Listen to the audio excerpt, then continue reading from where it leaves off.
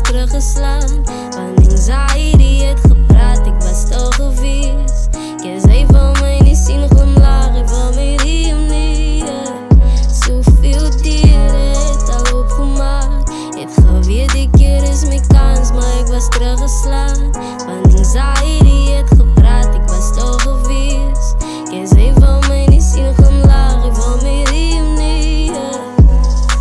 Alles zal je nog verstaan hoe het voelt om in een blokken te leven. Binnen in een hoekje en stukken te leeg. Jij is ook maar bang om aan uit te bewegen. Anxiety krijgt me alweer. So hoe is hij supposed om je focus te houden? Als je komt in die public en voelt dat er foto's van jou.